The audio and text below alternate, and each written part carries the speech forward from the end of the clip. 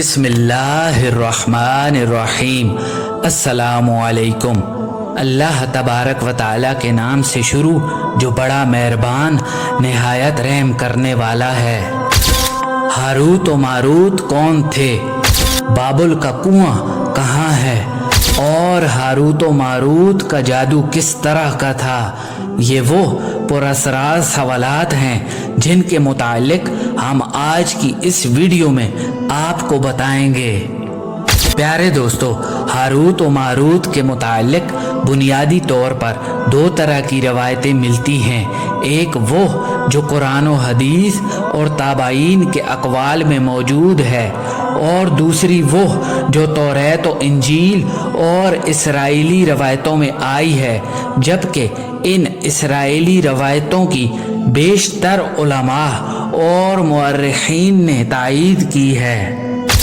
پیارے دوستو، ایک اسرائیلی روایت کے مطابق حضرت ادریس علیہ السلام کے زمانے میں ایک مرتبہ آسمان اور زمین کے درمیان سے پردوں کو ہٹایا گیا تو فرشتوں نے زمین پر آباد انسانوں کو دیکھ کر تعجب کیا اور کہنے لگے کہ یا رب العالمین، ہم تو گناہ کے قریب بھی نہیں جاتے، جبکہ یہ بنی آدم گناہوں میں اتنے مبتلا ہیں۔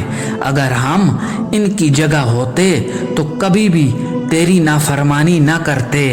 تب اللہ تبارک و تعالی نے ارشاد فرمایا کہ انسانوں کو غصہ اور شہوت دی گئی ہے، اگر یہ چیزیں تمہیں دی جائیں تو تم بھی اسی طرح گناہ میں مبتلا ہو جاؤ گے۔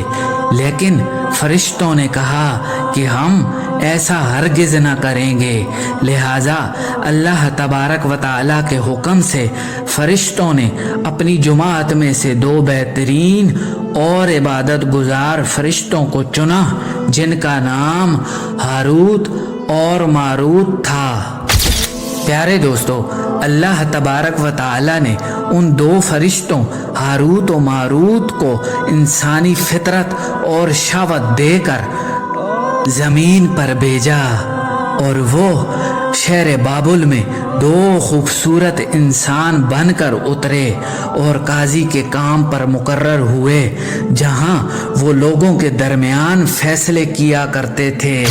ایک دن ایک عورت اپنا مقدمہ لے کر ان کے پاس آئی اور کہا کہ اس کا شوہر اسے بہت پریشان کرتا ہے۔ ہاروت و ماروت نے جب اس عورت کو دیکھا تو وہ اس کی خوبصورتی اور حسن سے ایسے مرعوب ہوئے کہ دونوں ہی اس عورت پر عاشق ہو گئے۔ تب ان کے نفس نے ان دونوں کو گناہ کی طرف راغب کیا، چنانچہ انہوں نے اس عورت سے بدفعلی کی خواہش کی تو وہ عورت ان سے کہنے لگی کہ تمہاری یہ خواہش میں تبھی پوری کروں گی جب تم بتوں کی پوجا کرو اور شراب پیو یا پھر میرے خامند کو قتل کر دو۔ پیارے دوستو، اس عورت کی باتوں میں آ کر ان دو فرشتوں ہاروت و ماروت نے شراب کو چھوٹا گناہ سمجھ کر پی لیا اور نشے کی مستی میں دو اور کبیرہ گناہ کر بیٹھے۔ چنانچہ اس عورت نے ان سے آسمان پر چڑھنے کا عمل بھی سیکھ لیا، جس کے ذریعے وہ آسمان پر جاتے تھے۔ جب وہ عورت اس عمل کے ذریعے آسمان پر گئی تو اللہ تبارک و تعالیٰ کے حکم سے اسے ستارے کی شکل میں مسخ کر دیا گیا۔ چونکہ اس عورت کا نام زہرہ تھا، اس لیے وہ ستارہ بھی زہرہ کہلایا۔ پیارے دوستو، اس گناہ کی وجہ سے ہاروت و ماروت خود بھی وہ اسم اعظم بھول گئے جسے پڑھ کر وہ آسمان پر جاتے تھے۔ چنانچہ اللہ تبارک و تعالیٰ کے حکم سے بطور سزا انہیں بابل کے ایک کنویں میں الٹا لٹکا دیا گیا، جہاں وہ تا قیامت یوں ہی لٹکے رہیں گے۔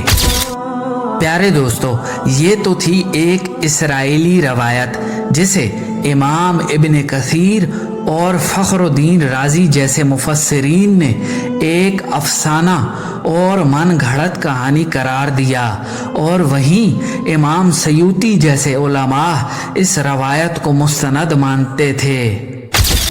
प्यारे दोस्तों, हारूत व मारूत और चाय बाबुल के सिलसिले में एक और रवायत कसरत से बयान की जाती है, जिसके मुताबिक एक ज़माना ऐसा था कि जब शहर बाबुल रूह ज़मीन पर तहजीब व तमद्दुन का मरकज़ हुआ करता था। यहाँ के लोग बातिल खुदाओं की परस्तिश किया करते थे और ये लोग अपनी किस्मत उन खुदाओं से वाबस्ता समझते थे। इसलिए ये लोग इल्म नुजूम और इल्म फल्कियात में बड़े माहिर थे। इनके बुत कदों में सितारों की पूजा की जाती थी। ये लोग जादू और सिफली उलूम यानी तलिस्म, तंतर मंतर को बहुत अहमियत देते थे और इस इल्म के ज़रिए मुआशरे में फसाद फैलाते थे। ये लोग तलिस्म, जादू, तंतर मंतर में बहुत आगे बढ़ गए थे। उनमें बड़े बड़े जादूगर मौजूद थे। उनकी तारीखी किताबों में जगह जगह जादू ही नज़र आता था और उनका जादू दूर दूर तक मशहूर था। मुख्तसर ये कि उस शहर का बाशिंदा होना ही जादूगर होने की अलामत थी।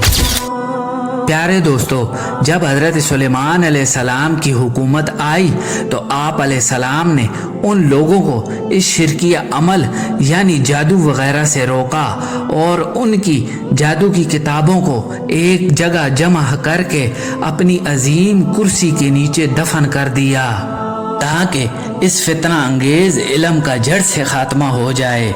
जब हज़रत सुलेमान अलैहिस्सलाम की वफ़ात हुई तो शैतान ने उन किताबों को दोबारा खोद कर निकाला और लोगों से कहा कि सुलेमान पैगंबर नहीं था, बल्कि इन किताबों के ज़रिए हुकूमत किया करता था। लिहाजा हवा पे उड़ना, जिन्नात पर काबू और सुलेमान के गैर मामूली मोजज़ात दरअसल जादू और सफली उलूम का अमल था। चुनाचे बनी इसराइल ने उसकी पैरवी की और उन किताबों को पढ़ना शुरू कर दिया। लिहाजा दोबारा ये शर अंगेज़ इल्म उस कौम में आम हो गया। तब अल्लाह तबारक व तआला ने हज़रत सुलेमान अलैहिस्सलाम पर लगाए गए इल्ज़ामात और तोहमत की नफ़ी करते हुए सूरह बकरा में यूँ फरमाया, और उन्होंने उस चीज़ की पैरवी की जो शैतान सुलेमान की बादशाहत के वक़्त पढ़ते थे। और सुलेमान ने कुफ़र नहीं किया था, लेकिन शैतानों ने ही कुफ़र किया। लोगों को जादू सिखाते थे और उस चीज़ की भी जो शहर बाबुल में हारूत और मारूत दो फरिश्तों पर उतारा गया था और वो किसी को ना सिखाते थे जब तक ये न कह देते कि हम तो सिर्फ आजमाइश के लिए हैं, बस काफिर न बनो। प्यारे दोस्तों, जब जादू बाबुल में आम हो गया और लोगों की तकलीफ़ और परेशानी का सबब बना तो अल्लाह तबारक व तआला ने दो फरिश्तों को इंसानी सूरत में मामूर किया कि वो जादू के अमल का तोड़ लोगों को सिखाएं ताकि वो जादूगरों के फसाद और फितना से महफूज रह सकें। लेकिन ये तालीमात गलत मकसद के लिए भी इस्तेमाल हो सकती थी। हालांकि वो फरिश्ते लोगों को तंबीह करते थे कि ये तुम्हारे लिए एक तरह की आजमाइश है, लेकिन फिर भी वो लोग ऐसे कामों में पड़ गए जो आम लोगों के नुकसान का बायस थे। प्यारे दोस्तों, बाज़ अरबी दास्तानों में उस कुएं का जिक्र भी मिलता है जहाँ कई लोग पहुँचे और हारूत व मारूत से मुलाकात करके जादू का इल्म भी सीखा। जबकि बाज़ मुअर्रिखीन का कहना है कि इराक़ के शहर हल्लाह के करीब एक खंडर में मौजूद कदीम कुआं है जहाँ से बाबुल की सराद शुरू होती थी। ये उस कुएं को ही चाय बाबुल करार देते हैं। बहरहाल इस वाक़ये से ये सबक मिलता है कि शैतानी उलूम, जादू वग़ैरह एक शिरकिया अमल है और जिसने भी ये इल्म सीखा या सिखाया, किया या करवाया तो उसने कुफर किया और वो दायरा इस्लाम से खारिज है। प्यारे दोस्तों, अल्लाह तबारक व ताला हमें ईमान की हालत में जीना मरना नसीब फरमाए और अपने प्यारे रसूल सल्लल्लाहु अलैहि वसल्लम और आले रसूल की ग़ुलामी में मौत अता फरमाए। उम्मीद करते हैं हमारी आज की वीडियो आपको ज़रूर पसंद आई होगी। वीडियो को लाइक और शेयर करना ना भूलें।